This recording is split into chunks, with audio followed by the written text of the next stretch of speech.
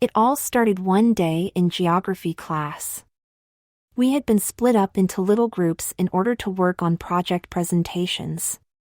My group had been assigned to present the history of Romania. There was me, Jason Rourke, the brainy guy in the class, Leo Smythe, resident wise guy and smart aleck, Zoe Burbank, a weird, alternative goth girl, and Steph Garrison. Steph was a cheerleader and likely the most attractive girl in the entire sophomore class. With shoulder-length blonde hair, bright blue eyes, smooth complexion, and a petite little body, she loved to show off with a stunning wardrobe. That day she wore a low-cut, pastel pink sweater, a denim skirt that stopped a couple inches above her knee, a pair of short white ankle socks, and tennis shoes. But I'm getting ahead of myself.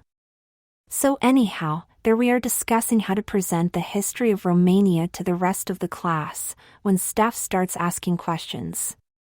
Where exactly is Romania? I explained to the group it was in Europe and had seen considerable trouble and strife. Several bloody revolutions had stricken the land, they had struggled under one of the worst communist puppet governments from 1947 up until recent years, and were now facing problems with rebuilding their land in the face of ethnic cleansings, political strife, and a bleak economic future. I watched as the eyes of the group totally glazed over with boredom. Except Steph. For a cheerleader and a popular party girl, she was actually pretty nice, even to a brainy nerd like myself. She seemed to be actually listening to me, even if she didn't totally grasp everything I had been saying. Wow, Jason. You really know a lot of stuff about this place, she said. Did you have to do a report on this country once before? No, I said, smiling with the knowledge that a pretty girl was actually talking to me. I just read an article on Romania in a magazine once and remembered most of this stuff. We'll have to look it all up and do more research for the final project because I'm not positive on all the details, but this gives us a good starting point. You just read and remembered this? She asked. Jason, I wish I had your brain. And those were the words that changed my life. Since that time I've come to believe in a lot of strange supernatural powers. I still don't know for sure what gods or goddesses might have been watching over us that day, but at that very instant Steph's idle wish somehow came true. Of course, there were no puffs of magical multicolored smoke and no dazzling display of special effects lighting to herald what had happened. In fact, only a momentary dizziness washed over me at that moment and took a while for me to fully realize what had happened. We continued discussing the project, but I somehow had trouble concentrating now. Steph seemed to take more and more control of the conversation, while I found myself admiring her hair and wondering how she managed to get rid of all her split ends. And while she talked, I watched her lips move and suddenly found myself mentally tracing around her mouth with a tube of lipstick, careful not to smear it. I also wondered how the soft fabric of her pastel pink sweater would feel against my arms and shoulders. These thoughts were not my own. I knew nothing about hair or makeup. I still had all my own memories and my own personality. But somehow, I had bits and pieces of Steph's as well. I found it difficult to concentrate on things, and was considerably relieved when the bell rang and class ended. I picked up my books and hurried to my next class, wondering what was wrong with me. I saw Christy Carlson in the hall and smiled at her. She looked at me kind of funny and walked on without saying anything. I thought that was so odd, since Christy and I had been best friends since kindergarten. We had been through Girl Scouts together, and she was the one who first convinced me to try out for cheerleading last year. Why was she suddenly ignoring me? The answer dawned on me when I sat down in my next class and paused to brush my hand along the side of my face to pull back my hair when I noticed I had had short dark hair instead of long blonde hair. Suddenly I realized I was never a Girl Scout, much less a cheerleader. Christy was Steph's best friend, not mine. Was I losing my mind? A voice next to me said, "Jason, what are you doing here?" I turned and saw Kelly Goldberg. A pretty little red-headed girl I had seen hang out with Steph and Christy and the other cheerleaders. "Hi, Kelly," I said, shaking my head to clear my thoughts. "I'm just here for class." "Since when have you been in Homie C class?" she asked, frowning at me. "And why are you sitting in Steph's seat?" I hastily excused myself and mumbled something about accidentally wandering into the wrong room. Out in the hall, I began to suspect that Steph's idle wish had somehow come true and I was someone mentally becoming her, while she must be changing into me. That would mean I could find her in my class period for this hour. Physics! I raced around the corner, and sure enough I bumped into her and knocked all our books and papers to the floor. "Jason, thank God I found you," she said, stooping to pick up her books. "I think something happened and we're exchanging personalities. I just wandered into your physics class." "I know," I told her. "I was just in Homie C now. And I've been having the weirdest thoughts lately." I picked up Steph's books by mistake and noticed she was now holding my physics book. I was about to say something when she interrupted. "Tell me about it," she sighed. "For some reason I'm thinking about Star Trek a lot. A lot of crazy, geeky, science fiction thoughts. No offense, of course. And the weirdest thing was that I just found myself wondering about a math problem. Actually a bit of a story problem that you could solve with a bit of creative geometry." Tell me about it later, Steph," I interrupted. "Right now, we have to figure out how to get back to normal. This just isn't right. Me having your brain, while you have mine." "Actually, Jason, I don't think we've physically traded brains," she said. "Though I know that was the wording of my wish. But if we had, there would have been all sorts of problems involving incompatible tissue and blood types. I suspect that somehow we supernaturally had key areas of each other's long-term memory encoded on one another's brains. That's why you know that you're still Jason Rourke, and I know I'm still Steph Garrison. But when we try to remember a lot of simple day-to-day stuff, we'll automatically start to use each other's thinking processes." "This is scary, Steph," I said. "How can we cope through the rest of today?" I was actually on the verge of tears. I didn't want to have to live the rest of my life like this. And I hated to think such a terrible thing about a nice person like Steph, but I didn't like being dumb blonde, while she got to have my brains. I never had much going for me in life. I was a short, scrawny guy with thick glasses and short dark hair that always stood on end at the most awkward times. But I was smart. I was brilliant. It was the only gift I had ever had in life. You know, I'll bet if you had to sign your name right now, you would write Steph Garrison and do it in a perfect impression of my handwriting. Steph exclaimed, ignoring my increasingly agitated emotional state. "I mean, this is so weird and all, but it's interesting too. I find myself having the strangest thoughts about things. It's as though my mind is racing a mile a minute." "Steph, come on," I cried. "This is serious. What if I start thinking about guys and stuff?" "Oh, I'll bet you will," she whispered. "To tell the truth, I've already had some rather odd thoughts about some of the girls around here. I had no idea you had such a randy little mind, Jason." "Steph, you have all the brains now. Please try and think of a way for us to change back," I sobbed. Okay, she replied. "First let's calm down. We're pretty much going to wind up skipping this period of class, but I suggest we try and make it through the next one. It's the last period of the day, then we'll meet after school and discuss this.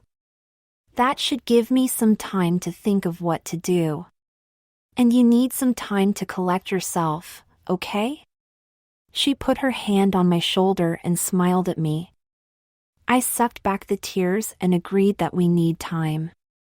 So we sat on the benches in senior hall and waited out that class period, Steph excitedly talking about all sorts of weird theories about what could have happened.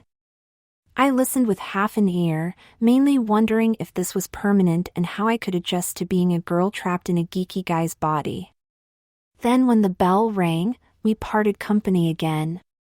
I walked down the hall to gym class and started to go into the girls' locker room when Christy Carlson stopped me. "Jason Rourke, what the hell do you think you're doing?" she yelled at me and shoved me out the door. I'm just going to change," I said. "Not in the girls' locker room, you aren't," she said. "Get lost, you creepy little toad. Quit following me around." I almost broke down into tears again, but somehow managed to collect myself and stumble away. I didn't have gym this hour. I knew that must be Steph's class and not mine. But I had no idea where I should be. Gym was the most likely place to go. I had distinct memories of the inside of the girls' locker room. I knew which locker was mine and what the combination was. I knew I had a pair of pink gym shorts and a short white t-shirt inside there.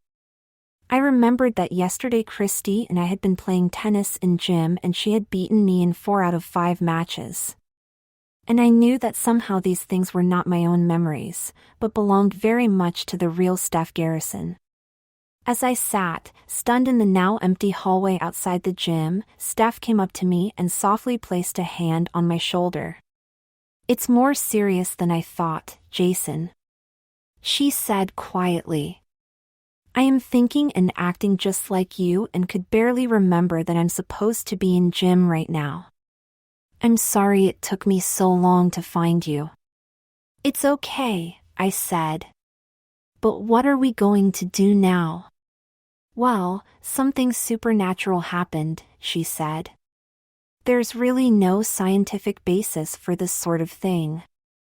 At least not using the conventional science available around a 20th century high school. So what we need to do is explore the supernatural in order to return back to normal. I suggest we talk to Zoe Burbank." Zoe was one of the strange alternative girls in our class. She had a nose ring and always dressed in black, usually with torn fishnet stockings and a pair of worn combat boots. She also wore a lot of white makeup with dark, contrasting lipstick to give her face a pale, gothic look.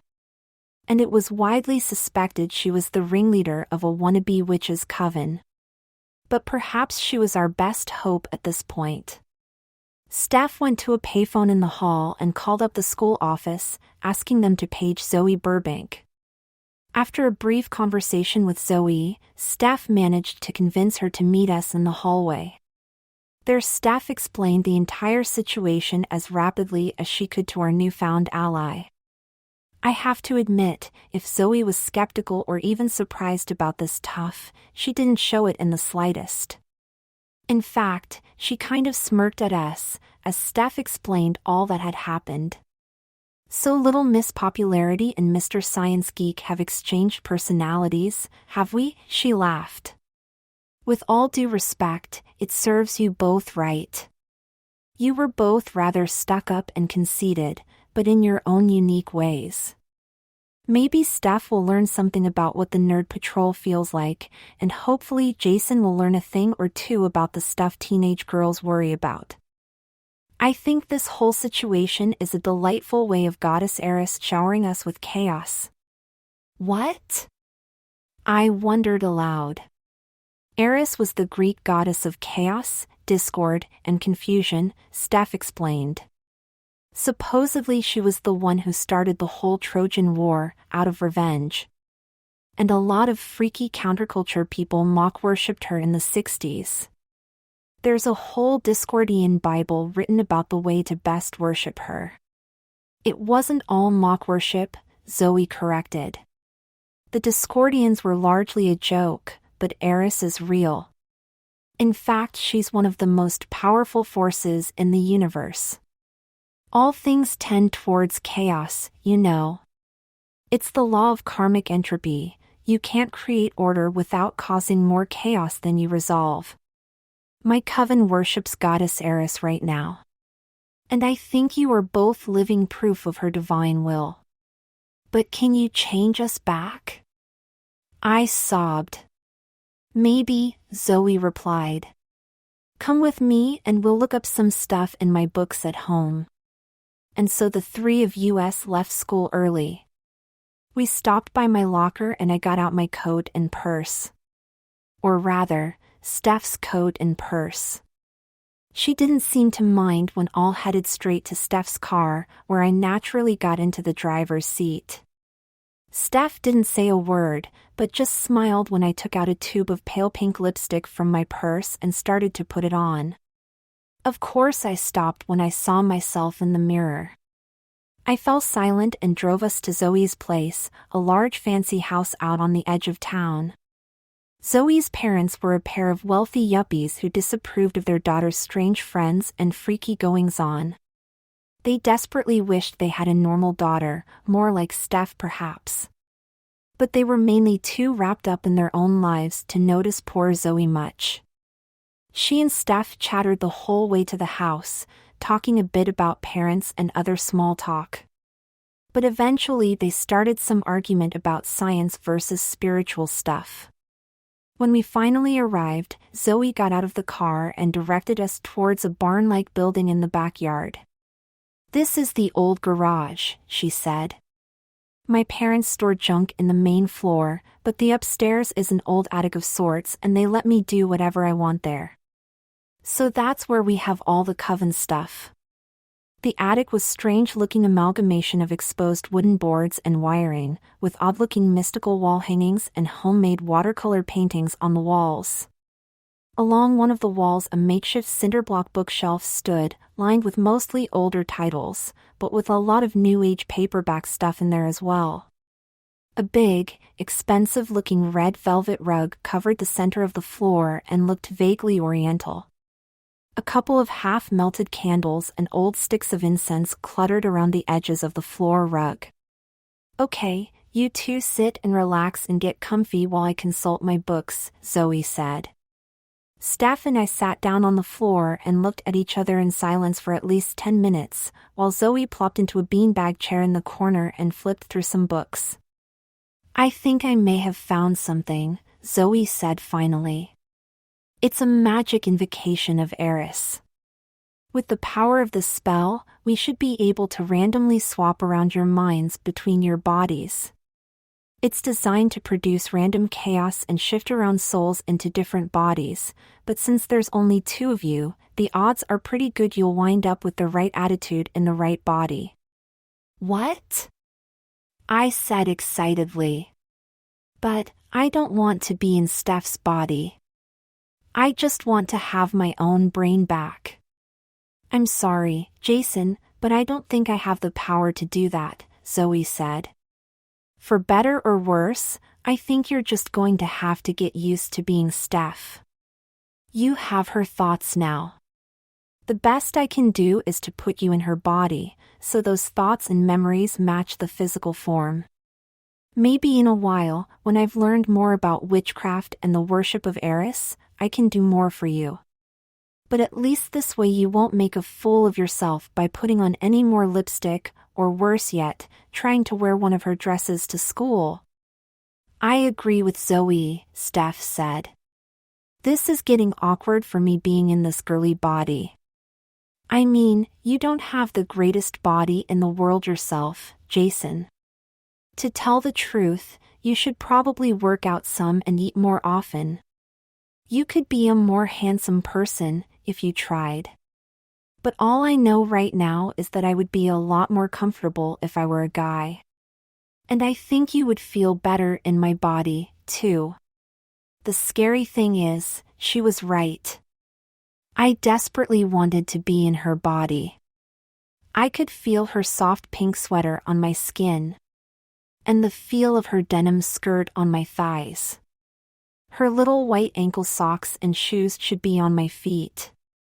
And I even knew what underwear she was wearing. I distinctively remembered putting on a pair of white cotton French cut panties with purple flowers and a white lace bra this morning. And now she was wearing them instead of me. This was the only way out. I was already staff where it counted. "All right, Zoe, do it," I said reluctantly. Zoe spent some time arranging more candles and lighting some incense. She took out a couple books and practiced waving her arms around and mumbling something in a language staff said she thought sounded Greek. Finally, Zoe said she was ready for the real thing. Zoe picked up a bundle of sticks and herbs and lit the end on fire. Steph and I held hands and stared into each other's eyes.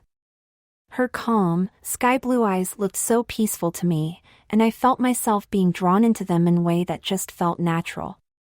I wondered for the first time what it would be like to see my own face and body through those deep, reflective eyes. Zoe chanted and waved around the burnished bundle of herbs for a few moments, slowly circling us and repeating some gibberish. Then the world changed again. The goddess Eris doesn't like being manipulated and used. Perhaps we should have realized that before we started this ritual. I mean, she is the goddess of chaos and awe, and matching personalities to bodies isn't really in the proper spirit of spreading chaos. But I don't consider myself responsible, because I'm just a goofy dumb girl. Zoe was the witch and Steph was the nerd. They should have figured this out ahead of time. What happened was that Eris had dropped me into Zoe's body, Zoe into Steph's body, and Steph into my body. Steph wound up quite happy. She now went around calling herself Jason Rourke and living my old life. Though, he really did start working out at the gym after school and eating more healthy. In fact, during senior year, he went out for track and did quite well as a sprinter. He got contacts and really does look more handsome than I ever did. He's going off to college this fall and will be double majoring in physics and psychology. He hopes to become some sort of parapsychologist person and study more about what happened to us. We're trying to stick together in hopes that someday we can reverse this. Zoe found herself in Steph's pert little body and thought the entire situation was pretty funny. She kept saying this was the ultimate example of karmic entropy, the notion that you can't increase order in one place without creating a greater amount of disorder someplace else. We had restored Jason, but had disordered Zoe and myself. Zoe began calling herself Stephanie, though she quit cheerleading and continued her witchcraft cult. She told her old friends that Zoe had shown her the light and she wanted to learn more about Eris. They bought it, but it got her into considerable trouble with Steph's parents. They decided she must be on drugs and sent her to several therapists for help. The therapy didn't change her, and only slowed down our attempts to change back to normal. She's graduated and living on her own now. This fall, Stephanie will be going off to college with us, studying comparative religion. As for me, I had to start calling myself Zoe. My new parents were actually pretty happy with me when I cleaned up my act, lost the nose ring, and stopped dressing all weird and dyeing my hair jet black. My hair is a kind of a dishwater blonde color now. Not as pretty as Steph's, but it's okay. I gave up all of Zoe's weird cult stuff and I've gotten a lot more interested in boys and parties. Zoe's old friends were pretty upset with me for betraying them and becoming a preppy. But I had to follow my own path. I even tried out for cheerleading my junior year, but didn't get in. Apparently Zoe's old reputation had pretty well blackballed her from any such activities. I'm going to college this fall though, and hopefully I can start a new reputation as one of the cool girls there. It'll be the same school that Steph and Jason go to. But I don't have a declared major yet. I seem to have lost a lot of drive since all this changing. I try to stay focused, but all I can think about these days are guys and parties and clothes and shopping. Girl stuff, you know? Steph and Jason both swear they'll be able to get us all back to where we belong given enough time. It's what they've both decided to devote their lives to now. But I have to secretly confess that part of me really doesn't want to change back. I'm a happy little girl in a simple way I never could have been before.